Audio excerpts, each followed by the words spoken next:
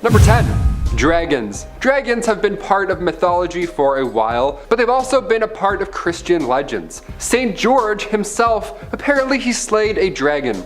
I can't even paintball, and this man took down a biblical dragon. Revelation 22, it reads, "And he seized the dragon, that ancient serpent who is the devil and Satan, and bound him for 1,000 years. 1,000 years? I feel like we needed more time than 1,000 years. I don't know. What year is it again? We're due for a couple of dragons. Sleep in fear. Number 9, the second beast. Yeah, I know. I'll get to the first one later. You know how we do it here on YouTube. You won't believe number 4. Know what I mean? Revelation 13:11. Then I saw another beast rising out of the earth. It had 2 horns like a lamb, and it spoke like a dragon, causing fire to come down from heaven to the earth in full view of the people. So there were a lot of witnesses. I'm sure that was quite jarring for every party involved. Also, it causes everybody, both small and great, rich and poor alike, you'll be marked by this demon. You'll be marked on your right hand or your forehead so that no one can buy or sell from you unless, they get rid of that mark. That's the name of the beast, or the number of its name. Revelation 13:16. Number 8, giants. Mentioned in Samuel 17:158. And there came out from the camp a champion named Goliath of Gath, whose height was 6 cubits and a span. I'm 6'2", I don't know what that means, but that's pretty tall. He had a helmet of bronze on his head, and he was armed with a coat of mail, and the weight of the coat was 5,000 shekels of bronze. Spoiler alert, Goliath fell to David, but there's a race of giants called the Amorites, and, well, they stepped in a bit. They're actually mentioned more than 80 times in the Bible. One description mentioned in Amos 2:9-10 paints quite the picture. Yet it was I who destroyed the Amorite before them, whose height was the height of the cedars, and he was as strong as the oaks. Yet I destroyed his fruit above and his roots beneath. Also it was I who brought you up from the land of Egypt, and led you 40 years through the wilderness to possess the land of the Amorite. That is quite the description. If somebody were to describe me, they'd be like, ah yes, Taylor, the height of that bush, and the strength also of that bush. Number 7.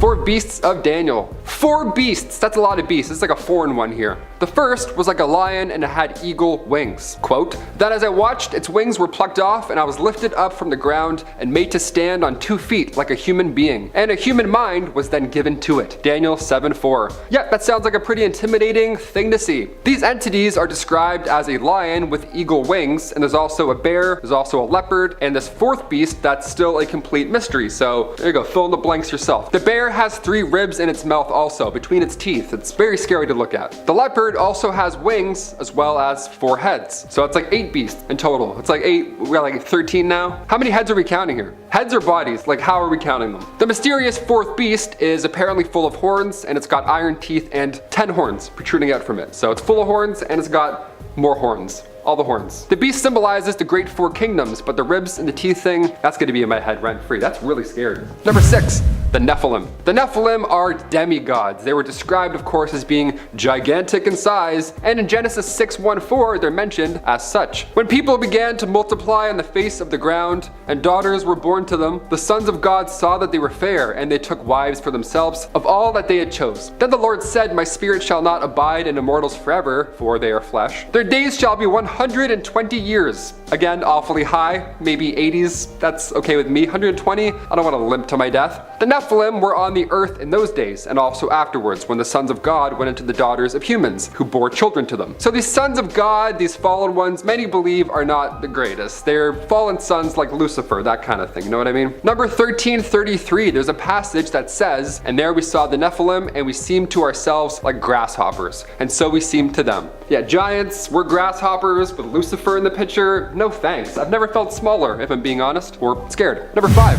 The Leviathan. Isaiah 27:1, quote, "In that day the Lord will punish Leviathan, the fleeing serpent, with his fierce and great and mighty sword, even Leviathan, the twisted serpent, and he will kill the dragon who lives in the sea." Yeah, we're talking about sea monsters now. This one has more than 1 head, again, as do most on this list. The Leviathan is a beast of chaos, specifically. It was defeated at the hands of God, and once upon a time, Sir Humphrey Gilbert saw a beast in the sea that had a lion's head. What do you know? Could it be? Many biblical verses mention said Leviathan. I will not fail to speak of Leviathan's limbs, its strength, and its graceful form. Who can penetrate its double coat of armor? Who dares open the doors of its mouth? Ringed about with fearsome teeth. Its back has rows of shields tightly sealed together. Yeah, if this was a boss in Zelda, I wouldn't win this battle. This is a hard, I've never heard something described so fiercely in my entire life. Number 4.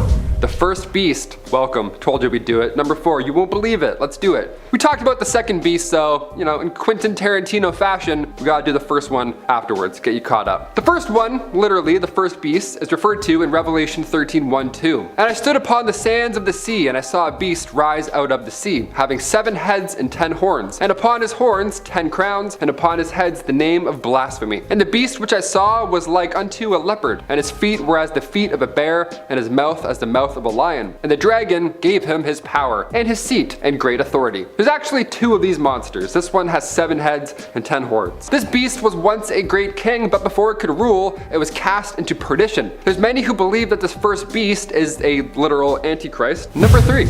Vampires. Remember when Edward said to Bella in the woods, "Say it."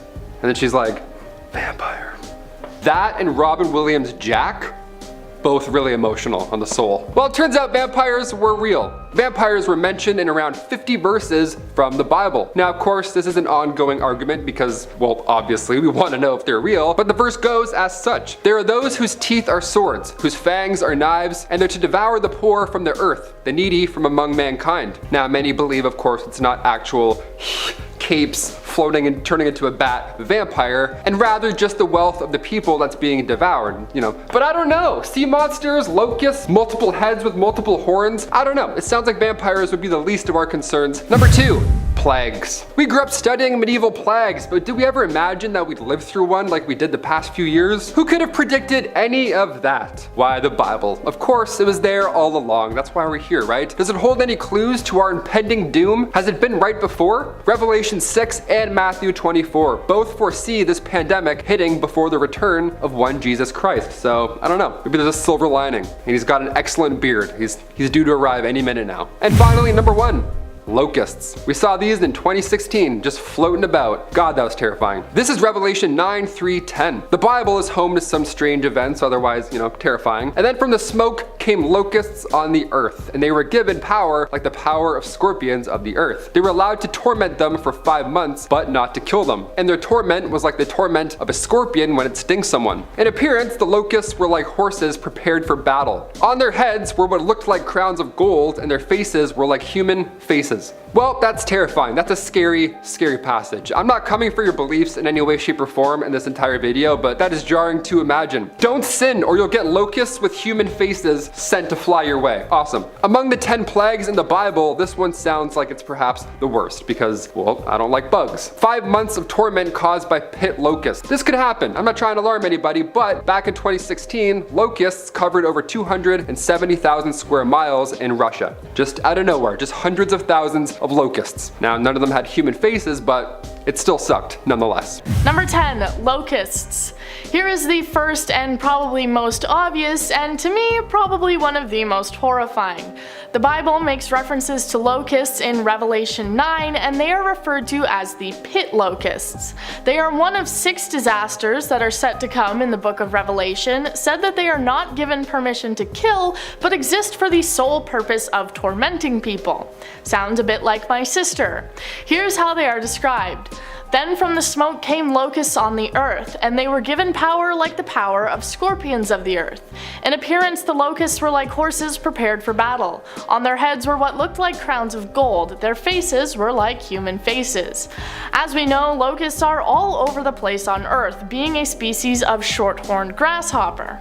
I don't know how much biblical tormenting they do, but in 2016, enough locusts to cover 270,000 square miles invaded Russia, and having to even read that headline was torment to me. Number 9, Behemoth. The references to the behemoth come from the book of Job, not Job. As some of you pointed out, I was a silly little fool last time I said it and pronounced it wrong. So there you go, and I hope you're happy now.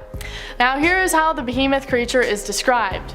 Behold Behemoth, which I made as I made you. He eats grass like an ox. Behold his strength in his loins, and his power in the muscles of his belly. He makes his tail stiff like a cedar. The sinews of his thighs are knit together. His bones are tubes of bronze, his limbs like bars of iron.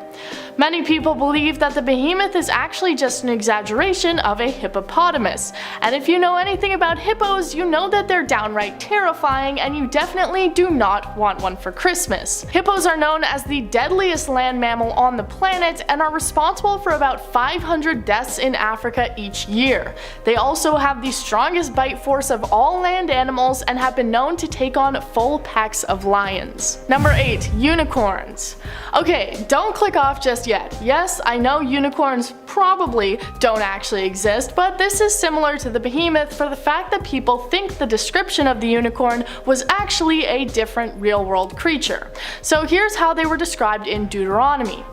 A firstborn bull, he has majesty, and his horns are the horns of a wild ox. With them he shall gore the peoples, all of them, to the ends of the earth.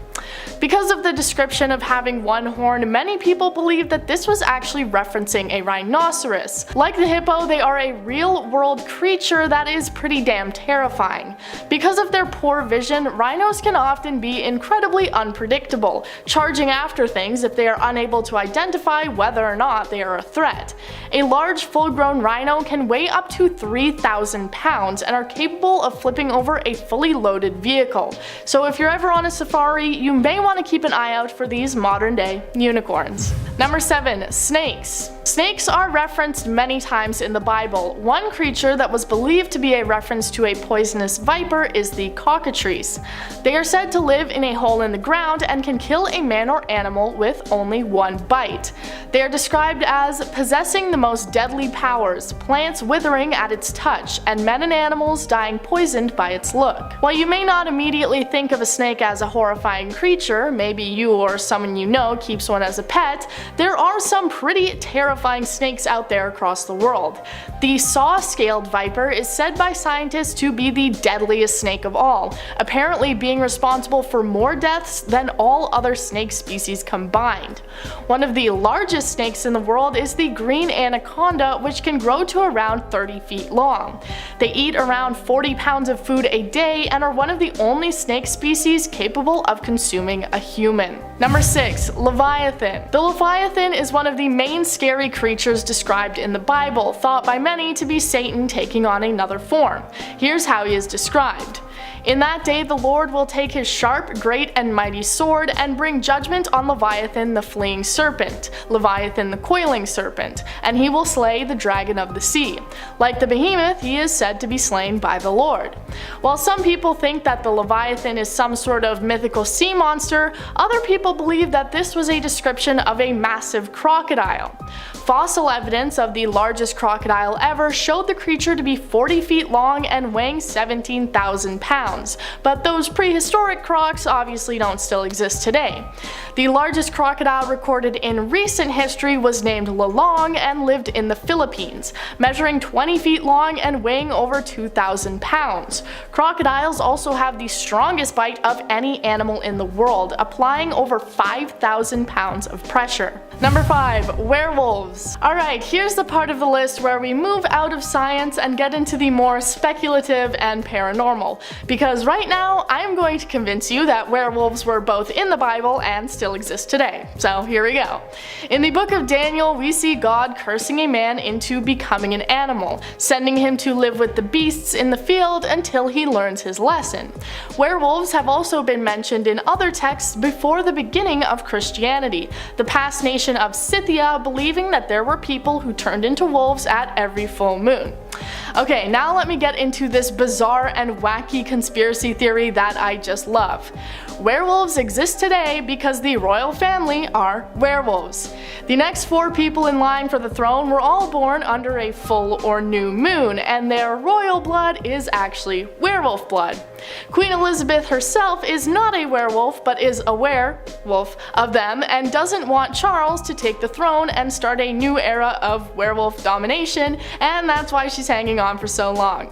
If you don't believe me, I don't care. Number 4. Dinosaurs. Okay, no, dinosaurs do not still exist today, unless you count birds, but I think we are close enough to a real-world Jurassic Park that I can put this on the list. Again, if you have any complaints about this, take it to the complaints department down below and I will ignore it and scroll past. In the book of Job, God is speaking of real creatures when he describes an enormous creature that has a tail that sways like a cedar, is not alarmed by raging waters, and its limbs are like rods of iron. Probably the behemoth, and many people people believe that the behemoth could have also been a dinosaur known as the Brontosaurus, one of the main dinosaurs you can see featured in Jurassic Park.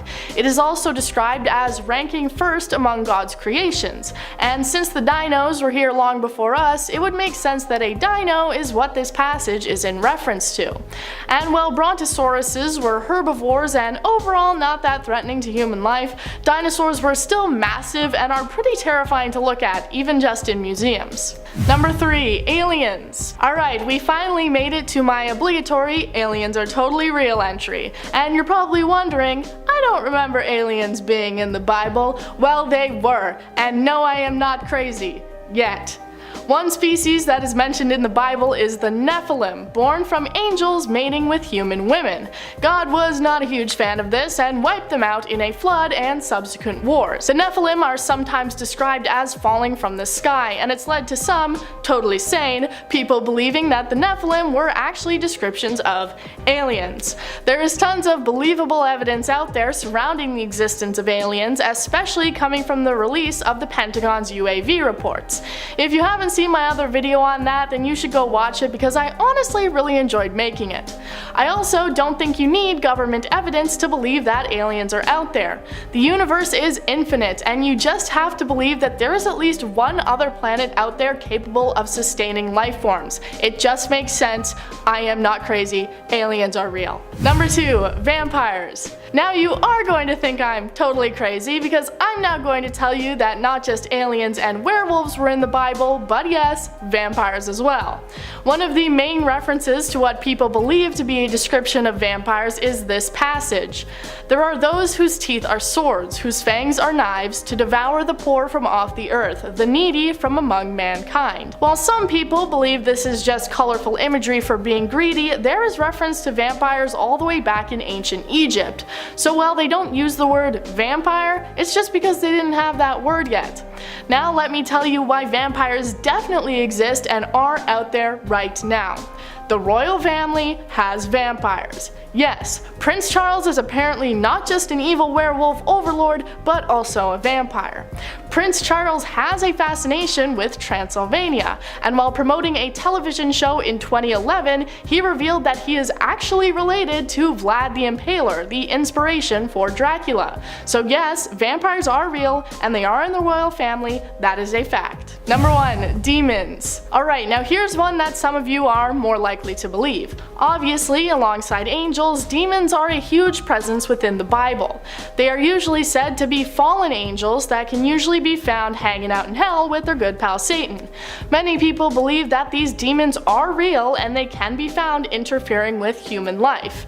If you've watched any other video on this channel, then you know that there are plenty of stories and real life accounts from real people who believe that they have had run-ins with demons or even conversed with the devil himself. There are people who have stories of using Ouija boards and communing with evil spirits, purposefully making a deal with the devil, criminals who claim to have been possessed by demons when they committed their crimes, and the countless exorcisms that have taken place throughout history. Seems like plenty of evidence that these rude dudes are pretty real. Number 10. Legion. Jesus encounters a possessed man and calls on the demon to emerge, demanding to know its name, which is an important element of traditional exorcism practice. He finds the man is possessed by a multitude of demons who give the collective name of Legion. So yeah, this demon is made of countless evil spirits able to incarnate into a physical body or separate into their respective forms at will. While the types of demons that make up Legion is unknown, they are said to be the same kind of demon that would inhabit a host and would have a single hive mind. Speaking of which, the demons of Legion do act like a hive mind, always speaking in unison and always knowing what the other demon is thinking and preparing to do. Legion appears as a floating sphere that is protected by an outer shell composed of massive innumerable humanoid bodies. This enormous lump of flesh conceals an inner core whose identity can vary. Legion, when possessing a human body, begins to torture the psychological person, making them have depressive and negative thoughts to erase any desire of life from its hosts. Their attitude of possessing human bodies is seen as a horrible act to most angels, as it deprives humans of their only weapon, free will. Number 9. Furfur. Furfur, also known as Furcifer, Lucifer is a demon who is said to be the Count of Hell, leading 26 legions. He speaks in a hoarse voice, has a fiery tail, and usually appears as a stag. He is said to be able to make men and women fall in love, and also has command over great storms. He gives true answers to all things past, present, and future, but he must first be commanded to enter a magic triangle, for if not, he will lie and deceive the conjurer. But if he enters the triangle, he will answer truly and gladly speak about divinity, the creation of the world, himself, and other fallen angels. He can also destroy all the conjurer's enemies by burning them up. And if the magician requests it, he will not suffer temptations from any spirit or in any form. Furfur can also supposedly be called upon when a mortal wishes to take vengeance on other demons. This is likely included in his capability to destroy the conjurer's enemies. And I just gotta say, how scary can a demon be if its name is literally Furfur? It sounds like a name someone would give their cat.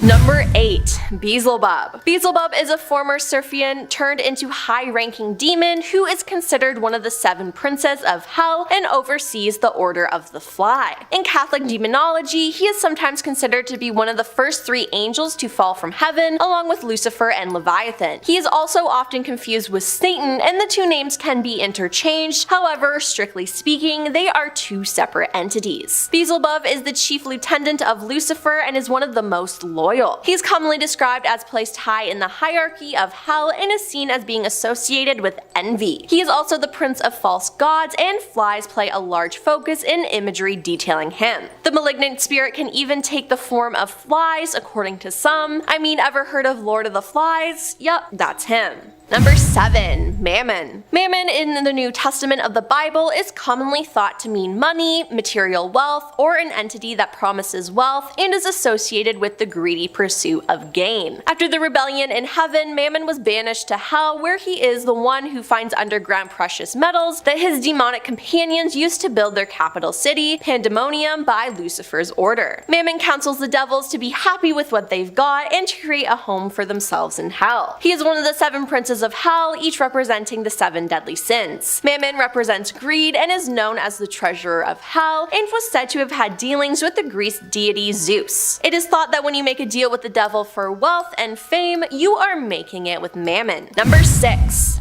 Belphegor. Belphegor is a demon lord that resides over the sin of sloth and is one of the 7 princes that rules hell. He also assists people to make discoveries. For example, he seduces people by suggesting to them ingenious inventions that will make them rich, and they wouldn't have to work hard for it. As one of the fallen angels, Belphegor was originally a member of the Order of the Principalities, and after his fall, he became a demonic counterpart to one of the 10 Sephiroth that oversee the Tree of Life. He is the biblical enemy of the 6 Sephiroth, the patron angel of beauty. It's said that if Belphegor were to become too influential in the world, then the beauty of it all would become tainted, causing ruination. Number 5. Leviathan. Leviathan became a demon of darkness and chaos and a leader of hell mentioned in the book of Enoch. Leviathan is one of Lucifer's arms and one of the many faces of the devil in Christianity. He is also the representation of the sin envy. Leviathan is a tamer of beasts, a beast collector, and an excellent strategist.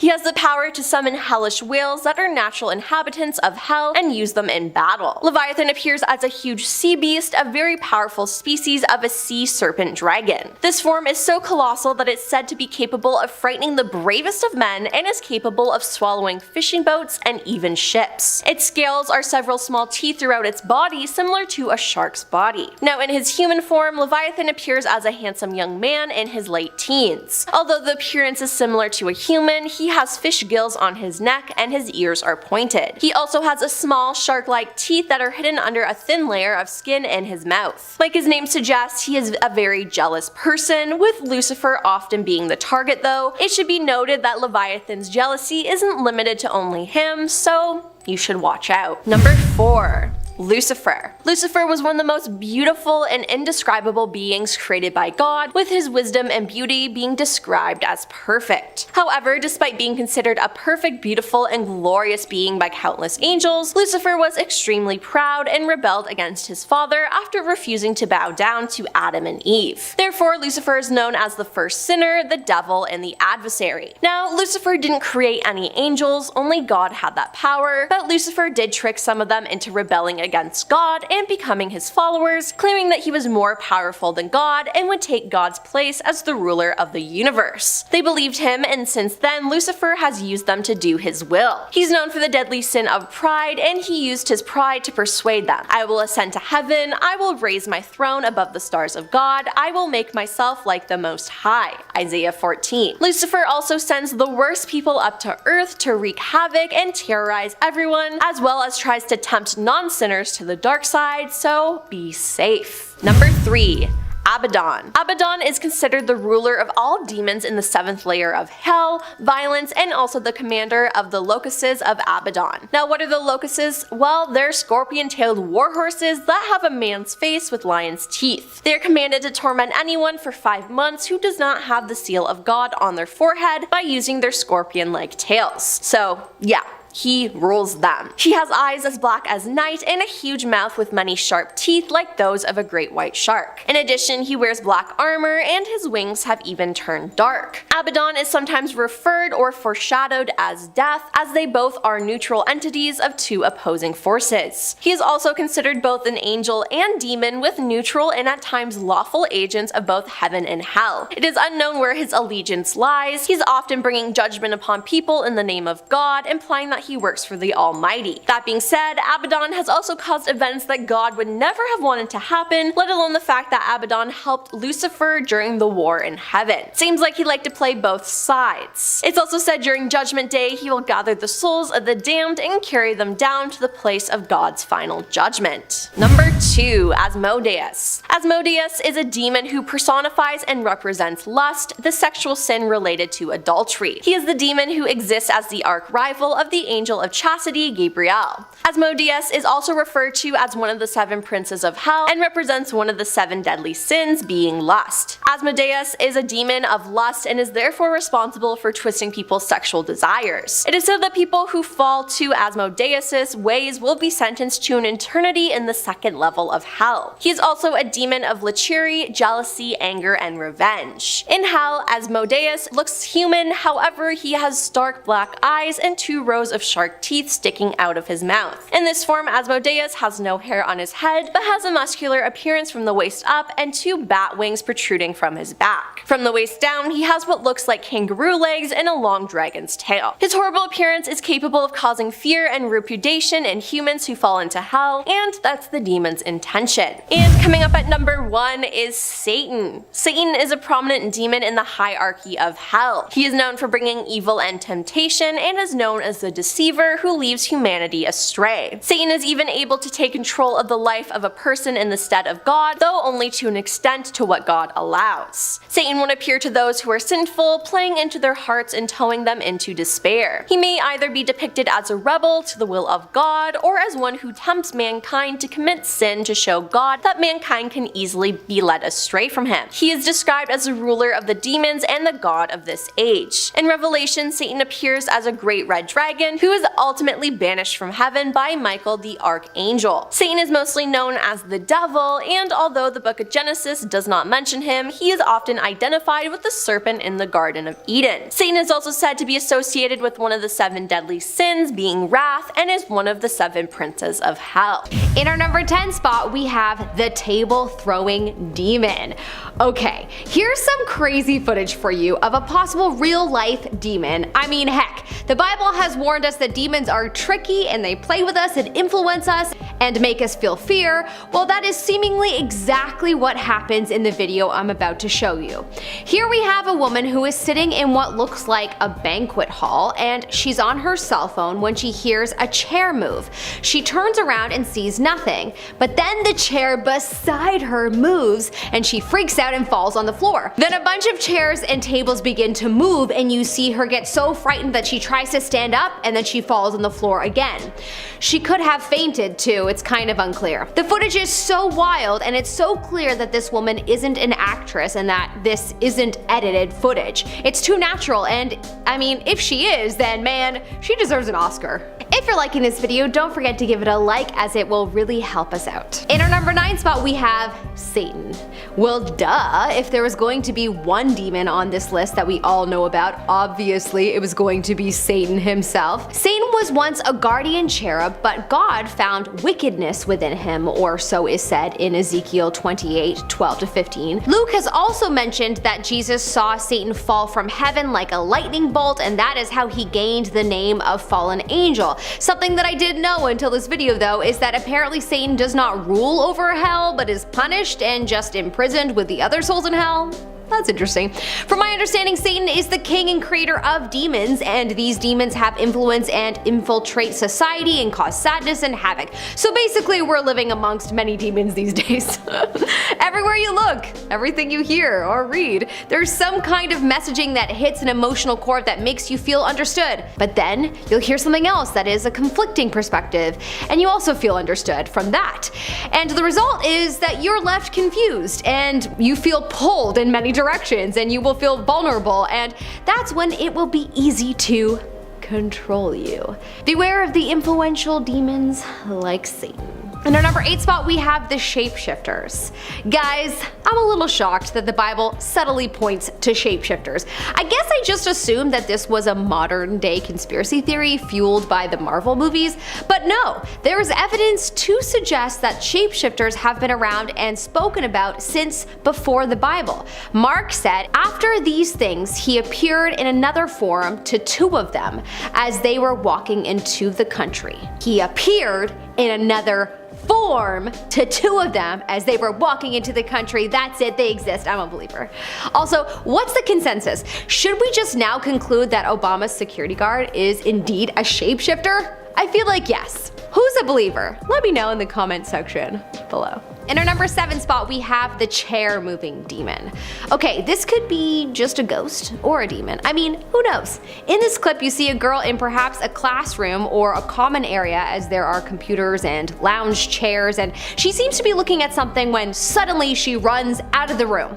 Then a few moments later, you see the lounge chair move and the door close. The ghost/demon is having a meeting, so he wanted his privacy, guys. The devil requires privacy.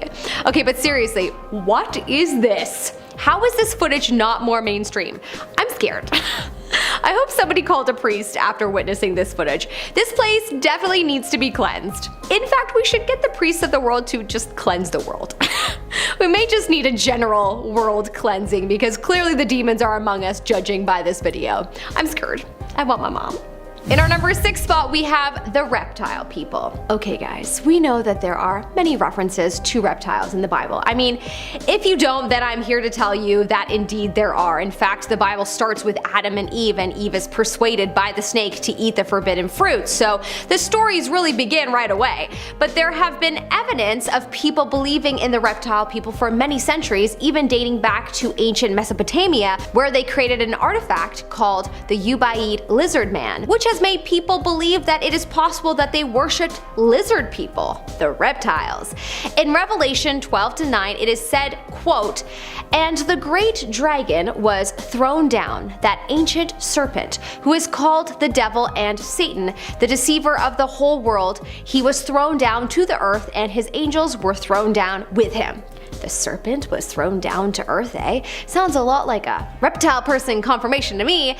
Now, whether or not they are demons, that is the question. There have been way too many reptile Hollywood sightings to count, so beware, folks. In our number 5 spot, we have the lawless one.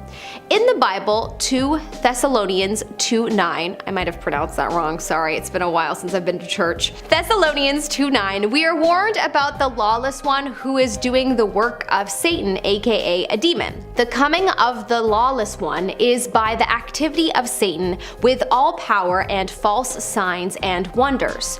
Who exactly this message is referring to? I mean, it could be any number of people in history that promised wonders and things that they could not keep. Historical political leaders that may have tricked the masses. I mean, there have been many, from Genghis Khan to presidents in this day and age. So who's to say who this verse is speaking about, but perhaps at this point this benevolent demon has reincarnated many times over, considering the Bible stories are from thousands of years ago. In our number 4 spot, we have the man that couldn't speak. Demons are spoken about so much in the Bible, and on many accounts, stories are told where it is believed that people have come across these demons. Mark speaks about a demon that made someone's son unable to speak. This demon caused its victim to have epileptic-like seizures, in which he was at times thrown down to wallow on the ground and made to foam at the mouth. No one was able to get rid of this demon but Jesus, after saying to the spirit, "Deaf and dumb spirit, I command you, come out of him and enter him no more." This has led a lot of people over the thousands of years to believe that mental illness is really just demonic possession. Obviously, we know better now about what mental illness is, but you may be surprised to hear that there are still a lot of people that believe that multiple personality disorder is demonic possession. In our number 3 spot, we have the parking lot demon. Years ago, a news station in Serbia called Channel 4 reported the wildest story. Apparently, a woman was in a parking lot when suddenly something invisible started chasing her, and whatever it was jumped from one lamp post to the other. She was so frightened that she went to the police to report that a maniac was chasing her.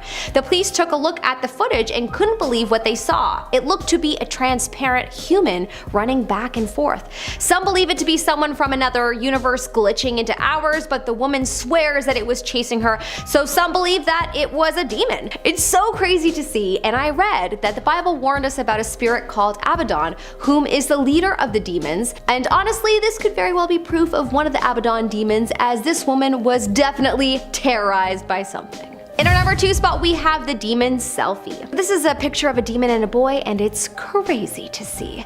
This pic isn't even blurry, so that makes it more horrifying. Basically, a mom from Pennsylvania named Heather was taking a picture of her son. When she looked at the photo, she saw a mysterious person with black eyes creeping out from behind him. She said that there was no one in sight when she was taking her photo but her son. So that is ridiculously insane. This looks like a demon porcelain doll, in my opinion. Oh my gosh, that is just the most terrifying. Imagine if she was home alone with her son. I truly hope not. I would never ever want to be home alone again if this happened to me. In our number 1 spot, we have the Brazilian Demon Man. Yo, this has to be the scariest thing I've ever seen. Okay, maybe not, but it is still terrifying to think that multiple people witnessed this. Okay, so in 2015, many reports were being filed about a strange demon-like wolf man in Brazil. It started popping up everywhere, and then someone managed to review street footage and got it captured in a still shot. Here we have a man who looks like he's part wolf or straight out of a Hollywood blockbuster, to be honest. He has long pointy ears and strange wolf-like legs and appears to have a small tail. The shot is blurry as it's night and pitch black, but if this isn't a demon, then I don't know what is. This is definitely one of the demons that the Bible warned us about.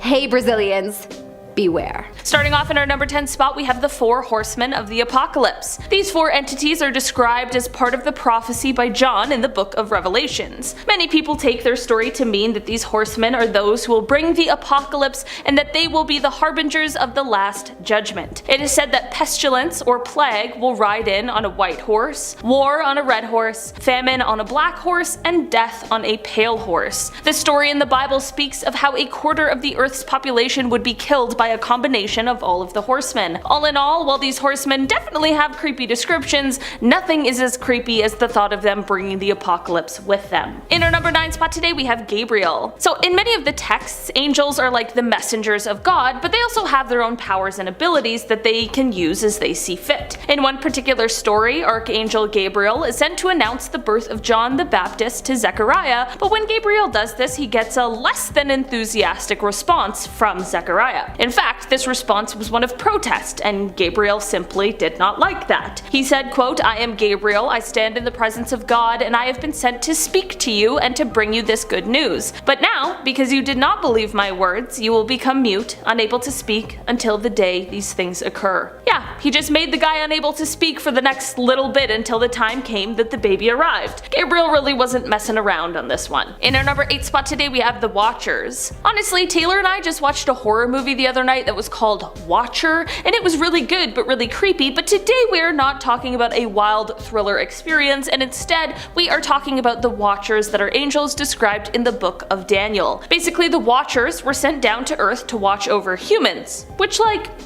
how cute is that? There are some who are good and did what they were supposed to do, but the text mainly focuses on the rebellious ones. These troublemakers got distracted and subsequently fell in love with women. They then procreated with them, but this created an offspring of giants who are said to have been wreaking havoc on the world after this. Not only pillaging the earth, but also they apparently started eating people, so just bad all around. This is exactly why the Watchers made it onto the naughty list when it comes to the angel hierarchy. In our number 7 spot today we have Beelzebub. This fallen angel is described in the Testament of Solomon. He is said to be one of the angels that followed Beelzebub upon his fall from heaven. He is the sin of pride and is known for his ability to lead people astray. He is most easily summoned in the month of July during the 5th hour of the night, and after his fall from grace he was left with only one red wing and was condemned to hell. Beelzebub is said to have control over the imprisoned souls of the underworld, and he plays a primary role in the demon world. He himself claims that he was once an angel in what is referred to as the first heaven, and after his fall he began to roam Egypt. It is said that he was caught in the collapsing of the Red Sea, which left him crushed and subsequently imprisoned in a pillar of water,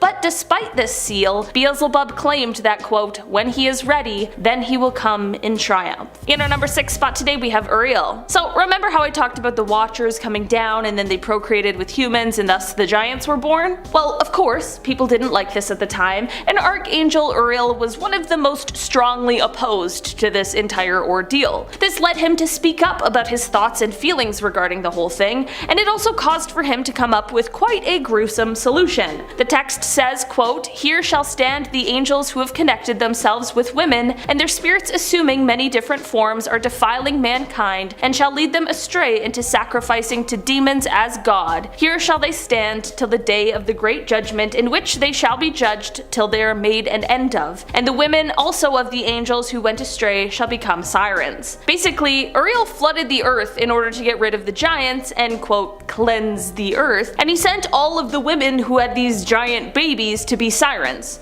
So, maybe not the darkest thing on this list, but certainly not the most kind thing I've ever heard in my life. In our number 5 spot today we have Lucifer. Lucifer was an angel before he fell from grace. In the book of Isaiah it says, quote, how art thou fallen from heaven, O Lucifer, son of the morning? How art thou cut down to the ground, which didst weaken the nations? Lucifer is now the ruler of hell, and he commands an entire army of sinners and demons, and he even tried to organize an uprising against God, so I think it's pretty clear exactly why he's a terrifying entity. He also uses his power to send terrible people to Earth in order to terrorize everyone, as well as to try and tempt non-sinners into the dark side. It is said that Lucifer also might just be the one who is responsible for the original sins that were seen in the Garden of Eden. Some believe that he is the snake who placed the temptation there. In our number 4 spot today we have Belial. Belial is one of the crowned princes of hell, but he is also known as hell's brightest fire, evil's match, and the king of evil, and he is the personification of wickedness in the Jewish faith. He is mighty and powerful, and this is likely due to the fact that he was created right after Lucifer, which is of course part of the reason why Belial belongs to his order. Belial was once an angel, but after his fall from grace he became a demon of lies and guilt, and he possesses the ability to induce any type of sin, but his favorite is the sin of lust. Belial is so evil that it's said he started a civil war in hell. While still an angel, just before his fall in the War of Heaven, Belial slayed numerous angels, and as a demon, just in general, he would slay huge demonic armies that attempted to make any moves against him or any of the other 7 great kings. In our number 3 spot today we have Asbiel. Asbiel had to be included on this list today, if for any reason, because his name literally means God forsaken or God deserter. Asbiel appears in the book of Enoch and is the angel of ruin and one of the fallen angels from the Gregory. After leaving the angelic post and straying from the angelic duties, Asbiel dedicated his life to leading humanity astray. Asbiel completely abandoned God and his grace and wishes nothing from him.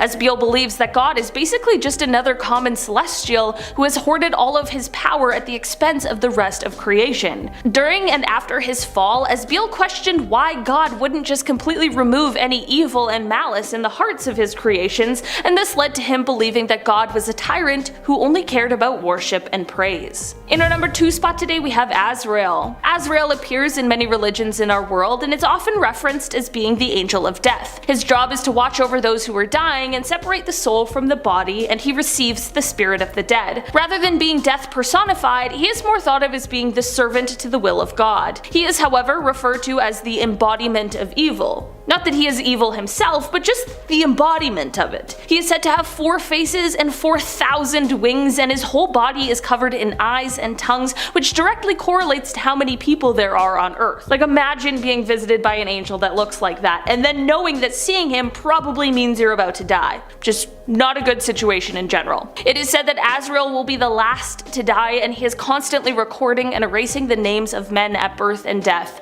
I thought my job sometimes got a little dark, but I'll take this one over that one any day. In our number 1 spot today, we have Samael. Samael is an archangel whose name means the venom of God, the poison of God, or the blindness of God. He's not just any old archangel, however, he is the archangel of death. This means that he, of course, has taken lives under the orders of God. It is said that his method of doing this is confronting those he's been told to kill with his sword drawn. On the tip of the sword is a poison so that when the target gets cut, while this wound may not kill them, the poison will ensure a slow and painful death. Pretty dark, right? In Hebrew lore, Samael is the prince of demons and the executioner for the death sentences handed out by God. And he is also known as a seducer. This is because he doesn't just kill people, he seduces them into sin, and then once they've sinned, he then gets instructed to kill them. So, it's just a vicious circle. Number 10, the first beast. Let's open up the first point of this list with, of course, the first beast. The first beast is one of 2 creatures that are described in the book of Revelation, saying to appear one after the other. So let's go over how this beast is explained in the book. And I stood upon the sand of the sea, and saw a beast rise up out of the sea, having 7 heads and 10 horns, and upon his horns 10 crowns, and upon his heads the name of blasphemy. And the beast which I saw was like unto a leopard, and his feet were as the feet of a bear,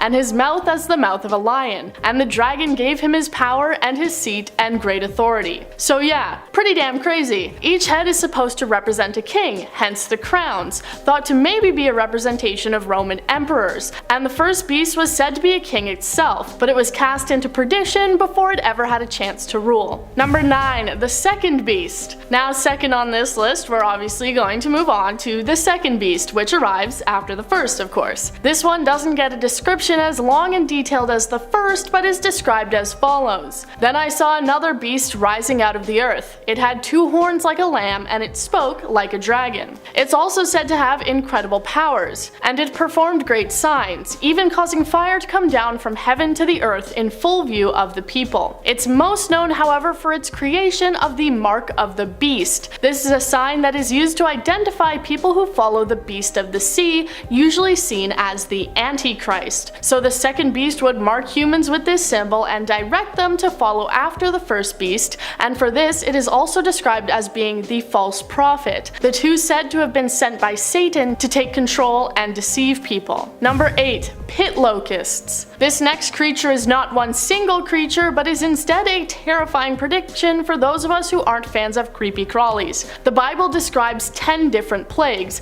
one of these being 5 months of torment caused by pit locusts. And here's how the Bible describes them. Then from the smoke came locusts on the earth, and they were given power like the power of scorpions of the earth. They were allowed to torment them for 5 months, but not to kill them, and their torment was like the torment of a scorpion when it stings someone. In appearance, the locusts were like horses prepared for battle. On their heads were what looked like crowns of gold. Their faces were like human faces. Definitely not something you would want to run into while out on a hike. The scariest part of this is that it's actually pretty likely to happen. In 2016, enough locusts to cover 270,000 square miles invaded Russia. Number 7, cherubim. The cherub that you're probably imagining is likely a fat little baby spitting water into a fountain, but cherubs in the Bible were actually pretty different, being described as otherworldly beings with 4 faces that emerge from smoke and fire. Here's a snippet of how they are explained in Ezekiel. They had a human likeness, but each had 4 faces, and each of them had 4 wings. Their legs were straight, and the soles of their feet were like the sole of a calf's foot, and they sparkled like burnished bronze. Under their wings on their 4 sides they had human hands, and the 4 had their faces and their wings thus. Their wings touched one another. Each of them went straight forward without turning as they went. They appear in the Bible over 90 times and are said to be God's throne bearers and his attendants, representing God's spirit on earth and symbolizing his worship. Number 6. Behemoth. According to the book of Job, sometimes referred to as simply Job, the behemoth was God's first ever creation. Supposedly a giant creature with tremendous power, it's described as follows. Behold Behemoth, which I made as I made you. He eats grass like an ox. Behold his strength in his loins, and his power in the muscles of his belly. He makes his tail stiff like a cedar. The sinews of his thighs are knit together. His bones are tubes of bronze, his limbs like bars of iron. It is said to be a primeval monster of chaos being defeated by Yahweh at the beginning of the process of creation, and according to a later Jewish tradition, it was said that the behemoth would become food for the righteous at the end time. Some historians believe that the behemoth may have been an early exaggerated description of an elephant or hippopotamus. Number 5. Leviathan. No, it's not just a roller coaster at Canada's Wonderland. The Leviathan is a creature that goes hand in hand with the behemoth. The Leviathan was a sea monster with multiple heads that was mainly featured in the Old Testament, and just like the behemoth is said to be a beast of chaos and is also said to be killed by God. One excerpt saying, "In that day the Lord will take his sharp, great, and mighty sword, and bring judgment on Leviathan the fleeing serpent, Leviathan the coiling serpent, and he will slay the dragon of the sea." The Leviathan is probably the beginning of many sea monster stories that would come about as humans started to take to the water and explore the oceans. Famous ones include Sir Humphrey Gilbert's description of a sea creature with the head of a lion, the legendary Kraken, and the one we all know, the Loch Ness Monster. Number 4. Giants. Giants aren't just found hiding up beanstalks, and they are described many times within the pages of the Bible. One of the most famous probably being Goliath, who is slain by David. Samuel saying, "And there came out from the camp of the Philistines a champion named Goliath of Gath, whose height was 6 cubits and a span. He had a helmet of bronze on his head, and he was armed with a coat of mail, and the weight of the coast was 5,000 shekels of bronze." There is in fact a whole race of giants mentioned who are called the Amorites, being brought up more than 80 times. "Yet it was I who destroyed the Amorite before them, whose height was like the height of the cedars, and he was as strong as the oaks. Yet I destroyed his fruit above and his roots beneath. Also it was I who brought you up from the land of Egypt, and led you 40 years through the wilderness, to possess the land of the Amorite." If they were truly as tall as cedars, that would put them at around 50 to 100 feet tall. Number 3. Werewolves. I'll be clear here, the Bible does not ever refer to werewolves by name, but it does have plenty of imagery and stories that lend themselves to our current understanding of the creature. In the book of Daniel, we see God curse a man into becoming an animal, one of the most significant references to lycanthropy and transformation within the Bible. It says, "You shall be driven from men, and your dwelling will be with the beasts of the field, and you will eat grass as oxen, and will be wet with the dew of heaven. And 7 years will pass over you, till you know that the Most High rules the kingdom of men, and gives it to whoever he will." Werewolves have also been mentioned in times coming even before Christianity. This excerpt comes from a book written in the year 440 BCE. It may be that these people are wizards, for the Scythians and the Greeks settled in Scythia say that once a year every one of the Nuri becomes a wolf for a few days and changes back again to his former shape. Those who tell this tale do not convince me, but they tell it nonetheless and swear to its truth. Number 2. Daniel's 4 beasts. This next one is not one beast, but actually 4. In the book of Daniel, the prophet has a vision of 4 different beasts representing 4 empires. They all emerge from the sea, wreaking terror and destruction, but like many of the creatures before them, they die during their time on earth. They are described as follows: "And 4 great beasts came up out of the sea, different from one another. The first was like a lion and had eagle's wings. Then as I looked, its wings were plucked off, and it was lifted up from the ground and made to stand on 2 feet like a man, and the mind of a man was given to it. And behold, another beast, a second one like a bear.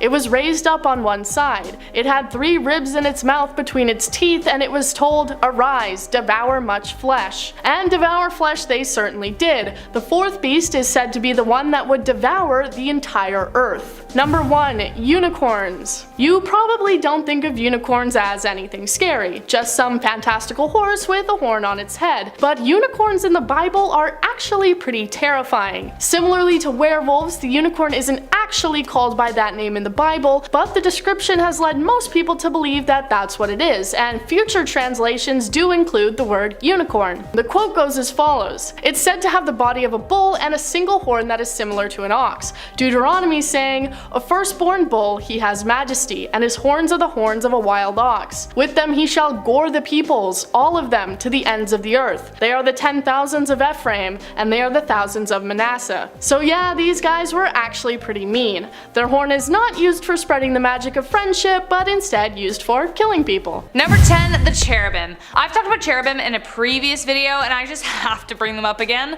How does something so terrifying start being depicted as something so cute? When you think of a cherub, you obviously think back on all the times you've seen babies drawn in frescoes in museums and churches, but considering the original description of them, they had to be aliens. They came from the sky, and well, they had 4 wings, 4 heads, one made up of an ox, one a lion, one a man, and one an eagle. So you say? So what? They had an active imagination. But okay, fine. Except for the fact that the cherubim also traveled on some kind of flying, multi-wheeled metallic ship.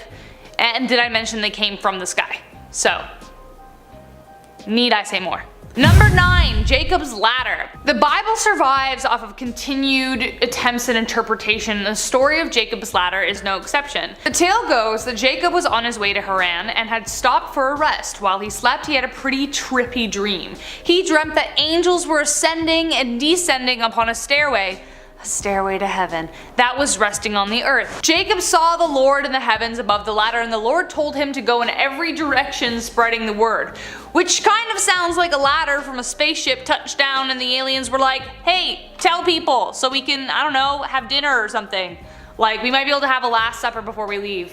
Sorry, what? Was it just a fever dream, or did Jacob accidentally wake up during a space invasion? Number 8, Ezekiel 1:1-28. While the prophet was being held captive at Babylon in 594 BCE, Ezekiel, like the bread, had an intense vision that has sparked a lot of discourse surrounding a potential alien visitation. Firstly, it involves the cherubim, which, as I mentioned, had to be some sort of extraterrestrial, but there is an allusion to, well, a spacecraft. Here is the actual passage. "As I looked, behold, a stormy wind came out of the north, and a great cloud with brightness around it, and fire flashing forth continually, and in the midst of the fire, as it were, gleaming metal, and from the midst of it came the likeness of 4 living creatures, and this was their appearance, they had a human likeness," unquote. So, gleaming metal, human likeness.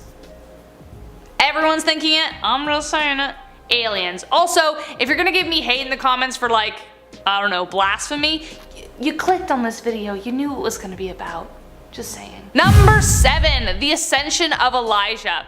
A lot has changed since the Bible was first written. We've learned a lot since the Bible was first created. 1, that the earth is not flat, that we actually orbit around the sun, that the stars are actually giant balls of gas constantly combusting, and that there is a strong possibility that life exists out there in the universe. So now, when modern onlookers take a look at the tales from the Bible, some new ideas are coming to the surface. For instance, what if the ascension of Elijah was actually an early alien abduction? The Bible describes that he was taken up by the Lord in a chariot of fire.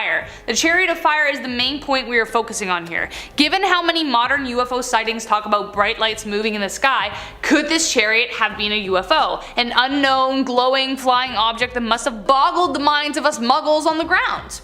Maybe the fire was the engine shooting away. Now that's a revelation. Speaking of revelations, let's talk about Revelation 9:7-11. The flying alien locusts that are foretold to destroy the earth, and I quote, "The locusts looked like horses prepared for battle. On their heads they wore something like crowns of gold, and their faces resembled human faces. Their hair was like women's hair, and their teeth were like lions' teeth. They had breastplates like breastplates. They had breastplates like breastplates of iron, and the sound of their wings was like the thundering of many horses and chariots rushing into battle.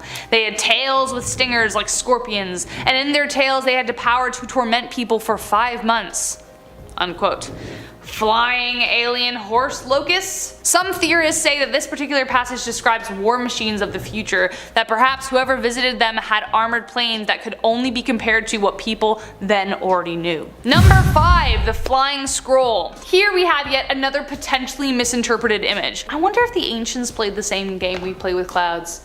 You know, like, that's a scroll, that's the Lord, that's an angel. In the opening verses of Zechariah, they describe a flying object that's, and I quote, "The length thereof is 20 cubits and the breadth thereof is 10 cubits, unquote, and continues to be interpreted as a flying scroll or roll. Though it's a pretty general description, many modern interpretations based on UFO sightings wonder if it was similar to a saucer, or perhaps cigar-shaped like others that have been seen in the news. Number 4. The star above the manger. Now back to my reference to the most beautiful Christmas song ever, A Spaceman Came Traveling by Christopher. This is kind of how I picture the Christmas star story. That a spaceman traveled for light years, suddenly touching down on Earth to the awe of the people. His ship was a massive light in the sky, which I wonder. For the 3 wise men to find little baby Jesus at the manger, the story goes that they followed the brightest star in the sky. But what if it wasn't that? What if it was an alien ship hovering over that spot, leading them towards the little manger? There is one such man, a UFO enthusiast named Richard Lawrence, who believes this was the case, and even goes a step further, that Jesus was an alien himself. When greeted with skepticism, Lawrence has stated, and I quote, "I wouldn't call him an alien. I'd call him a great cosmic intelligence. But yes, alien, if you'd like," unquote. Number 3. Sodom and Gomorrah. Sodom and Gomorrah is probably one of the more well-known Bible stories. It takes place in Genesis 19. You know, the 2 most sinful cities to ever exist. So sinful that God decided to level them to dust. Though he did warn Lot and his family to escape, but he did say that if they look back, they will turn into salt, which is exactly what happened to Lot's wife when she glanced back. In verse 28, Abraham describes the site of the ruined city, unquote. "He looked down toward Sodom and Gomorrah, toward all the land of the plain, and he saw dense smoke rising from the land like smoke from a furnace," unquote. Kind of reminiscent of an explosion, perhaps something as large as a nuclear explosion. Alien enthusiasts believe that this actually may have been exactly that, a nuclear explosion sent by aliens, or that they introduced them to the technology. Even during the Crusades, where the 2 cities were supposed to have been, travelers noted that nothing grew there. Number 2. The giants. The Watchers were described as a group of angels that served as the eyes of God, but they grew lustful and decided to take human wives.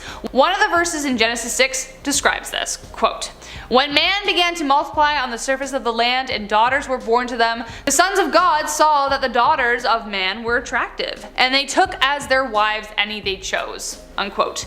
These hybrid angel children were described as massive, bloodthirsty giants called the Nephilim, which Uriel later drowned the world. He literally, Noah's Ark, that whole thing. Yeah. Now what this could be was alien intervention with the humans living on Earth to see if they could breed, and it went horribly wrong. So the aliens destroyed them so they could start a clean slate.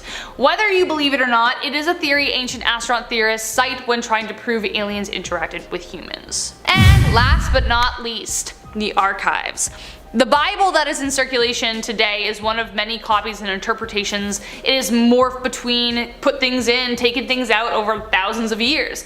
And a lot of the original information is hidden in the Vatican archives. There are thousands of historical documents kept hidden from prying eyes in the Vatican, and for some reason, Pope Paul V ordered a certain section of documents to be locked up till 1881. Some believe the information regards the enigmatic Giordano Bruno, believed to have met or was an alien, and even more suspicious secrets pertaining to the Fatima mystery. In 1917, 3 children apparently saw an apparition of the Virgin Mary in a field. Their vision prompted 70,000 people to visit the same sheep pasture and stated that they saw a spinning silver disc in the sky. The children apparently received a message from the specter that said, and I quote, "We are here, we have been since thousands of years ago, and that they will return again," unquote. The Vatican recorded these messages, but to this day they remain censored and locked away. The 3 messages the children received apparently contain evidence of alien life.